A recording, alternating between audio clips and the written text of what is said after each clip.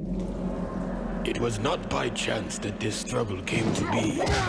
The blame falls squarely upon my shoulders for giving evil the chance it needed, and therefore fulfilling an ancient prophecy. Raiden's Earthrealm champions had failed to stop the Deadly Alliance from fully resurrecting the mummified army of the Dragon King. In the end, only Raiden himself stood between Earthrealm and total destruction. Defying the Elder God's wishes, he alone challenged Quan Chi and Shang Tsung in mortal combat, Earthrealm's last hope for freedom.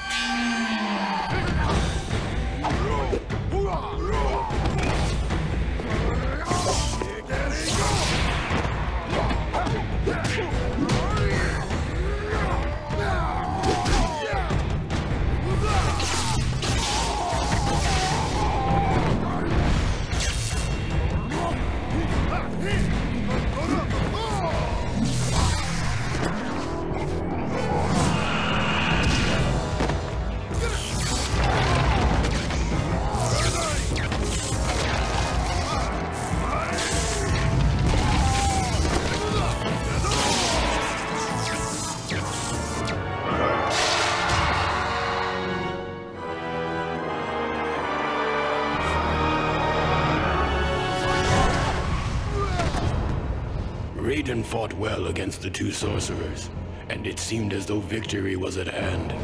But the combined might of Quan Chi and Shang Tsung proved to be overwhelming, even for a Thunder God.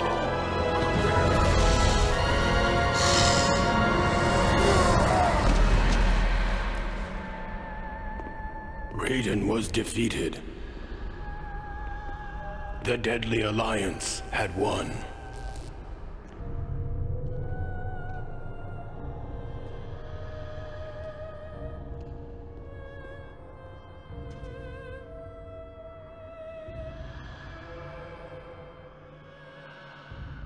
Their victory was short-lived. As suspicion and lust for power overcame both Quan Chi and Shang Tsung, the former allies turned on each other. The Deadly Alliance was no more.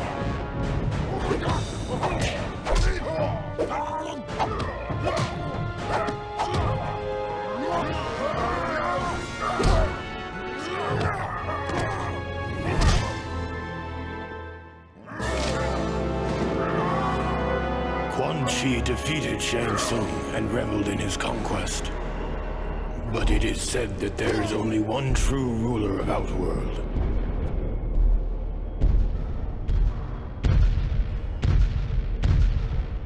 And that ruler had returned.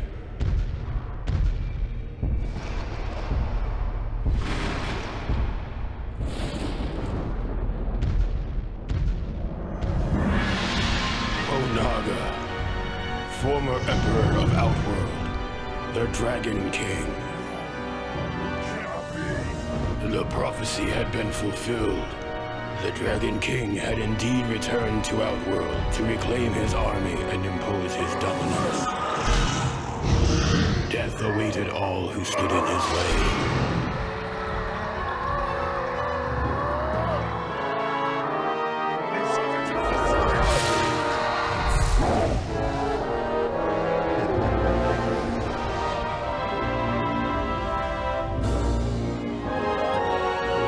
And so it was that a new alliance was formed out of desperation.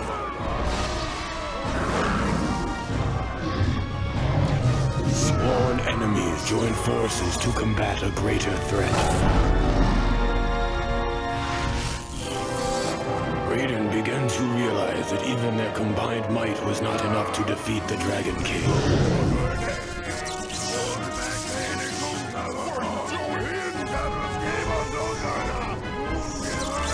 There was only one chance left. Raiden's sacrifice was in vain, for the blast had little effect on the Dragon King. Now Onaga has what he needs to shape the realms as he sees fit. I was the fool who brought him this power. Only I can destroy this threat, born of deception.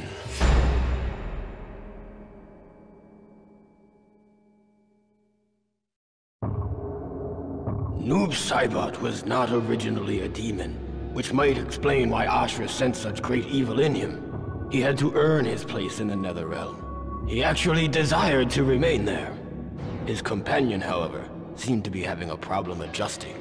Perhaps there was some good left in the cyborg.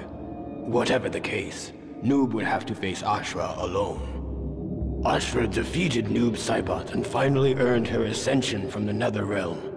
But the sword that made her escape possible did not travel with her. I suspect it still remains in the Netherrealm, waiting to release another of its denizens from damnation. Baraka assumed that the treacherous Mileena had given her armies a powerful magic. They fought with savage brutality, but he could not stop their advance. He vowed that Mileena would pay for her betrayal. Baraka's warriors brought word that she had agreed to meet with him in an ancient lair, but Baraka was no fool. He sent another in his place. Baraka's scouts reported that the Earthrealm warrior Sub-Zero was near. He allowed his remaining militia to deal with him and set off alone to ambush Mileena. He knew by the scent of Tarkatan blood on her clothes that she had already killed the one he had sent to meet her. But her sense of smell was not as keen as a true Tarkata's. She was unaware of Baraka's presence.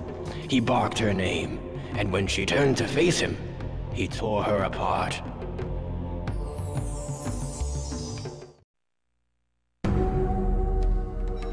Blaze had completed the first of his duties. Soon he will begin the second, to lure warriors to the final battle. There they will challenge him, hoping to attain godlike power from his defeat. The arrogance of these warriors will be their downfall, for only a son of Edenia can unleash the true purpose of Blaze. Onaga seemed invincible. The races of Outworld were in disagreement over how to deal with this threat, and Baraka's hordes were sweeping the land. Rai Cho had almost given up hope when he was visited by the spirit of his greatest student, Liu Kang. Their roles now reversed. Liu Kang gave Rai Cho the inspiration necessary to continue the fight. Rai Cho's soul was invigorated. He met with Outworld's many leaders to forge a temporary truce. Kitana gave him command of what remained of her army, and he led them to battle against Baraka's mutant foot soldiers. The new army of Outworld crushed the Tarkata vermin, and Baraka himself was bested by Rai Cho's attack. The victory inspired the people of Outworld to rise up against the Dragon King.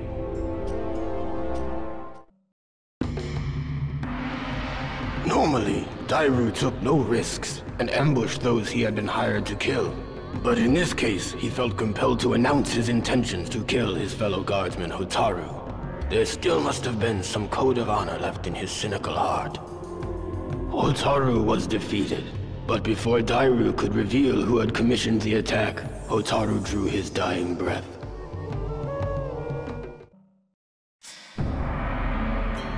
The mercenary Dairou had succeeded in stealing the Declaration of Order and was paid many coins for his efforts.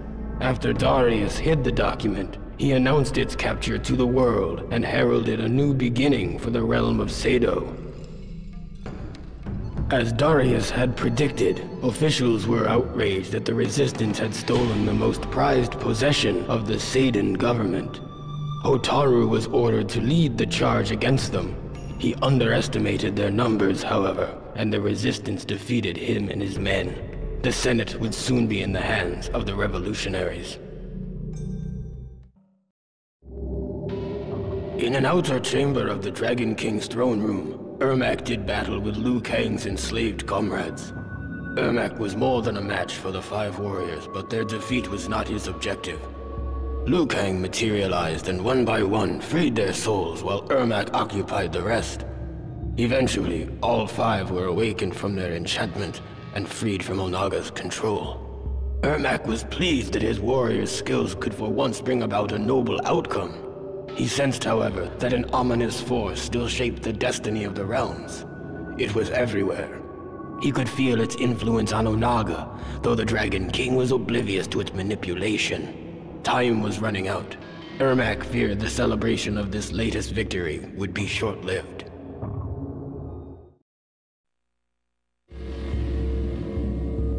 Sub-Zero returned to Earthrealm only to find many of his clan slain by Frost. She had come back to the Lin Kuei Temple with the intention of killing only him, but she was now delirious and saw Sub-Zero everywhere. Sub-Zero blasted her with intense cold, freezing her until she could be revived and cured of her dementia. He laid her on an altar in the chamber of fallen Lin Kuei and sealed the room with a wall of ice. Frost will one day recover. When that day comes, she will have to answer for her crimes against the Lin Kuei. Goro had regained control of his Shao Kahn army and fought to cleanse Outworld of the Dragon King's Tarkatan horde. Though the Tarkata are formidable adversaries, they were no match for an army of Shao Kahn, inspired as they were by regaining Shao Kahn's favor. Baraka's troops were quickly defeated. Goro had proven himself a powerful ally of the Emperor, but Shao Kahn had given the Shokan much in his return to power. Goro felt a gift of loyalty was in order. The Edenian military had been crushed and Kitana herself had been captured. Goro brought her before Shao Kahn and sacrificed her as an offering of fealty to the once and future Emperor of Outworld.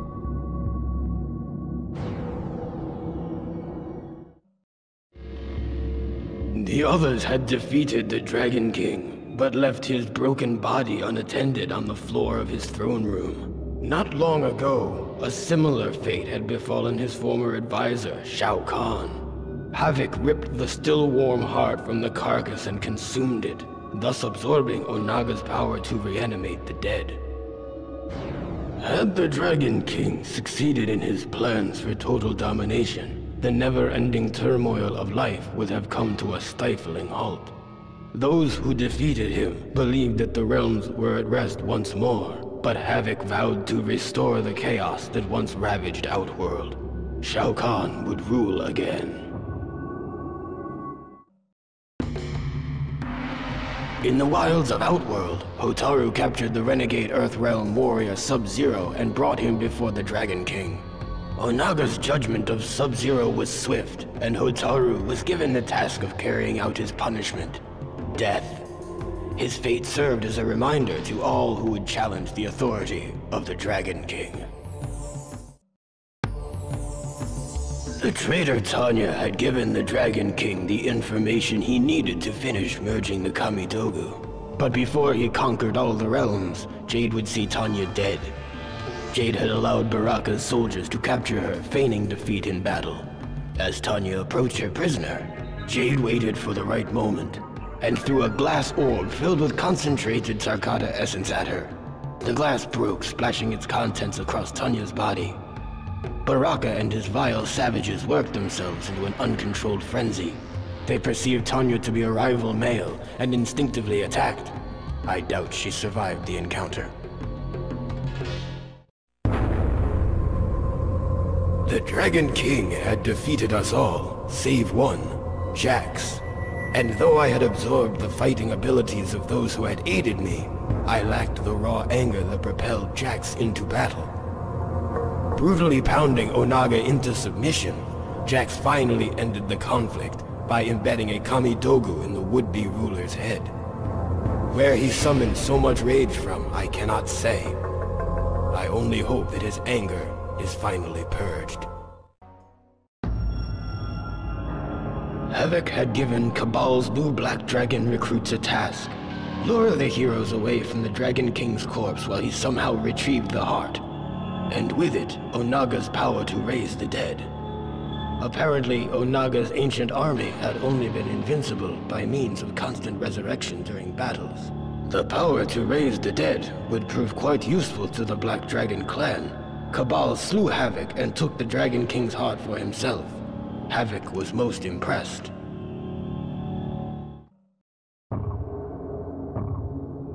As Sub-Zero and Kenshi trekked across Outworld, they strove to keep themselves hidden, only traveling at night. But as they neared the portal to Earthrealm, the Dragon King zealot Hotaru attacked with a blast of glowing energy that temporarily blinded Sub-Zero. Kenshi's sense of sight is of a spiritual nature, thus he was unaffected by the intense flash of Hotaru's projectile attack. In the dark, Kenshi had the advantage. Hotaru did not see his approach. Unaware, he strode in to kill Sub-Zero. It was the last mistake he would ever make. With the Dragon King destroyed, Kitana made her way home to the realm of Edenia. During her journey, she was met by a being made of fire. He informed Kitana that her premonition of a looming conflict was correct, and that she must unite the forces of good for a coming battle to preserve the realms. Disheartened, Kitana fell to her knees. "When will it end?" she cried. "Every victory leads to more conflict and greater adversaries." Blaze simply replied, "If all goes as planned, your enemies will be destroyed." Once they had defeated the enemies of Havik, Kabal complimented Kobra and Kira on their ferocity in battle. Their true test, however, was to face each other, to decide which of them was worthy of the new Black Dragon clan. Neither refused the challenge. Kobra fought with ferocity, but his lack of discipline allowed Kira to control the battle, easily manipulating Kobra into exposing himself to her attacks. She defeated him and proved her worth to Kabal, who gave her the honor of finding 2 more recruits to pit against each other in mortal combat. Kabal brought his new recruits to Outworld, where a siege was underway against the Dragon King. Kobra grew impatient. He wanted to join the fray, but Kabal held him back. They were not to attack until the heroes had won. Once the Dragon King had been defeated, Kabal gave the order to strike the victors. The new Black Dragon tore through their ranks and left no survivors. Kobra came to realize that he was going to like being a Black Dragon. An alliance had been formed of warriors from vastly different origins, but with a similar goal: to defeat Onaga. Li Mei marched uneasily into battle against the Dragon King. The closer she got to him, the more she came to understand which side was truly deserving of victory. Li Mei turned on her former allies and gave her emperor the time he needed to finish merging the Kamidogu. The Dragon King was now all-powerful. He had the means to control the universe, to make and unmake as he saw fit. Li Mei watched in delight as the Elder Gods fled before his might. Onaga then transformed her into his queen, to be forever at his side. He had given her power beyond anything she ever imagined. Together, they will rule the One Realm and slay the last of the Elder Gods. Liu Kang's friends had been freed, Onaga had been defeated, and the realms were secure once more. But there was one battle that remained. Liu Kang's body had been used by some unknown force as a tool of destruction. It had left death in its wake and needed to be stopped. The chaos would end in Earthrealm. The fight raged with neither combatant able to best the other when a jolt of energy crackled through them both. Liu Kang's nerves blazed like fire, and he felt a rush of air fill his lungs for the first time since his death. He was Liu Kang once more, protector of Earthrealm, champion of Mortal Kombat. Because it was widely believed that Princess Kitana had slain her many years ago, none were suspicious of the veil Mileena wore to conceal her Tarkatan features. It was not difficult for her to assume the identity of the princess and take control of her alliance. To further conceal her deception, Mileena gave command of the armies to Rai Cho and instructed him to lead the attack against Baraka's diversionary forces. Baraka's militia had failed to divert the enemy, and to her surprise, was decimated by Rai Cho's forces. She then realized that she was in control of the most powerful military force in Outworld and Edenia combined. She had finally achieved her true purpose, her destiny. But Mileena could not continue her charade indefinitely, not as long as Baraka knew the truth. She ambushed him in the ancient beetle lair and fed him to a swarm of flesh-eating insects. All hail Princess Kitana. Nightwolf had traversed realms and fought many demons to get to this place, deep within the Netherrealm. Using knowledge passed to him from his forefathers, he drew a binding symbol on the ground and chanted the ancient words that would draw the spirit of the Dragon King to this wicked place. Nightwolf had carried the burden long enough. He released the sins of his people into the mystic symbol, and their weight bound Onaga to the Netherrealm. Free of the corruption he had harbored for so long, Nightwolf was expelled from the depths of the Netherrealm and into the unknown. With Smoke as his template, Noob Saibot planned to return to the Netherrealm and use Smoke's nanotechnology to create an army of cyborg demons. He was unaware that they were followed by someone Noob had not seen since before he became a wraith. Smoke instantly recognized their visitor. He was an echo of their past. He was Sub-Zero, Noob Saibot's brother. Noob Saibot was surprised to see how much stronger his brother had become. If he were still Lin Kuei, still human, he would probably have shown some degree of pride. But as Raiden had revealed during the ordeal with Shinnok's amulet, his soul had been tainted when he died at the hand of Scorpion. Noob Saibot, the original Sub-Zero, had descended into the Netherrealm free from compassion. He ordered Smoke to assist him in slaying his brother, his first act as ruler of the Netherrealm. My patience for mortals has worn thin. If I am to protect Earthrealm, I must punish those who would threaten it. The fool Shujinko had let himself be deceived into believing that he worked for a greater good. He was in fact an unknowing tool of a greater evil, one that had almost caused the destruction of Earthrealm. That Shujinko undid his mistake and destroyed the Dragon King is of no importance. Those who place Earthrealm in harm's way will pay with their lives. The Elder Gods had transformed Scorpion into their weapon in order to defeat the Dragon King before his plans of domination unmade the realms. With his enhanced abilities, he tirelessly tracked Onaga through the realms until finally he cornered him in the Nexus. The Dragon King had many allies, but they were of no consequence. It was in fact Scorpion who was the true champion of the Elder Gods, the enforcer of their will. Only he could stop the menace that threatened all that exists. Only he could defeat the Dragon King.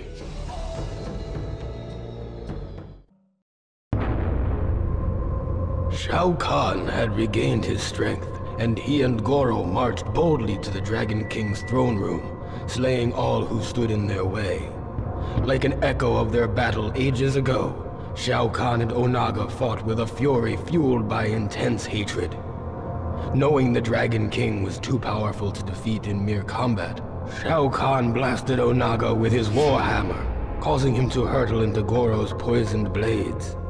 Onaga had fallen victim to Shao Kahn's treachery once more. With Onaga defeated, Shao Kahn reclaimed Outworld once again. His army of Shokan decimated what remained of Kitana's armies and the Tarkatan horde and scattered their survivors into the unknown. A new era had begun in the realm of Outworld. Long live Emperor Shao Kahn. So that I would be able to defend myself during the quest to find the Kamidogu, Onaga had given me the power to absorb the fighting ability of any warrior I encountered, but his gift would prove to be his undoing. The warriors in Outworld were in disarray. Heroes were not focused on the true threat of Onaga, and villains were unaware that they were bringing about their own destruction by serving him. I united them, and in one moment absorbed their combined fighting power. I shattered each of the Kamidogu, the source of his invulnerability. This weakened Onaga, and I attacked him without mercy. His mortal form was no match for a combatant infused with the powers of so many warriors. The Dragon King was finally defeated. The realms will remain as they have since the beginning.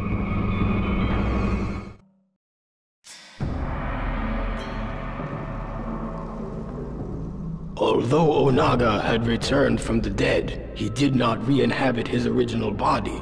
Sindel and Jade found his sarcophagus opened. His body remained, but the armor was missing. Strangely, the hieroglyphics in his tomb were similar to an ancient Edenian language.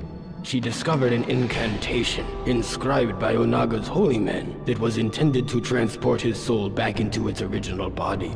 As she was memorizing the spell, Onaga emerged from the shadows. Onaga could have defeated both Jade and Sindel, but instead he took sadistic pleasure in unleashing Kitana against them. He was a fool. Jade held off Kitana while Sindel thrust her Kwandao into the heart of the corpse. As she screamed the ancient incantation, Onaga's soul leapt from Reptile's body into its intended vessel. The corpse came to life and cried in agony as the Kwandao prevented its heart from reforming. Sindel held the blade firmly in place as Onaga returned to the cold sleep of death. With the Dragon King defeated, the realms were safe, and Sindel's daughter Kitana was free from his spell. May Edenia know peace once more. On his way to the rendezvous point with Raiden and the others, Sub-Zero was ambushed by a band of Tarkatan warriors in the living forest. He tried to outrun them, but there were too many. He was quickly surrounded. Sub-Zero decided that his last living deed would be to vanquish as many of these barbarians as he could before he succumbed to death. As Sub-Zero began his attack, he felt his armor speak to him. It guided and strengthened each blow as he broke their limbs and crushed their skulls. At his feet, a dying Tarkatan warrior uttered the words, "Long live the Dragon King." In Edenia, Tanya had located the ancient texts that described the process by which to fuse the Kamidogu into one. With this information, Onaga was able to create the One Kamidogu, a tool of unspeakable power. As the Dragon King was distracted, reveling in his victory, Tanya seized the opportunity to snatch the Kamidogu from him, thereby obtaining godlike power.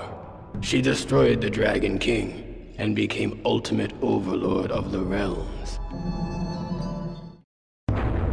My enemies have failed to prevent me from fusing all the weapons of the Elder Gods into one. I used this ultimate weapon to warp reality, merging the realms into a singular existence. The Elder Gods were helpless as I used their own power against them in the void beyond the One Realm. Not satisfied with merely ruling the One Realm, I seized all that exists and merged it into myself. There can be only one consciousness. I am everything. I have become the One Being.